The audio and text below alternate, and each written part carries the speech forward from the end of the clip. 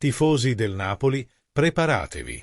Oggi vi portiamo una notizia esclusiva che farà battere forte il cuore di tutti voi. Uno dei grandi nomi del calcio europeo potrebbe essere nel mirino del nostro club, e l'entusiasmo sta già crescendo tra tutti.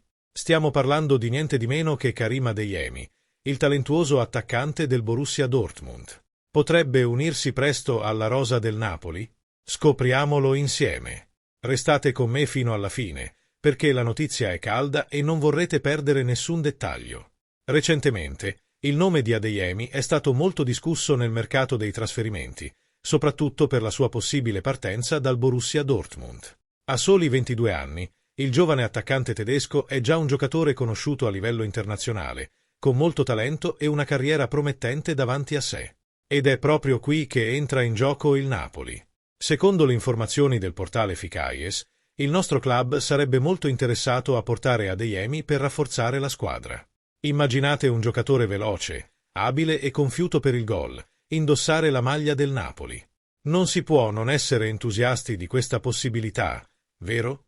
Adeyemi, oltre ad essere giovane, ha esperienza internazionale e ha già dimostrato di essere decisivo in partite importanti. Sarebbe un pezzo fondamentale per l'allenatore Rudi Garcia per costruire una squadra ancora più competitiva. Per ora non si sa ancora se l'offerta del Napoli verrà fatta già a gennaio, con la riapertura del mercato, o se il club intende aspettare fino alla fine della stagione per tentare questo acquisto. Ma di una cosa siamo certi: se il Borussia Dortmund accettasse di negoziare, Adeyemi avrebbe un'ottima opportunità per continuare a crescere e competere in grandi competizioni con la maglia del Napoli. La sfida ora è convincere il Borussia a lasciare andare il loro giovane talento. I tedeschi difficilmente rinunciano alle loro stelle, ma il Napoli potrebbe cercare di utilizzare il progetto ambizioso del club, insieme all'opportunità di lottare per importanti trofei, come una grande attrattiva. E voi, tifosi? Cosa ne pensate di questo possibile acquisto? Karim Adeyemi potrebbe essere il nome che porterà la nostra squadra a un livello ancora più alto?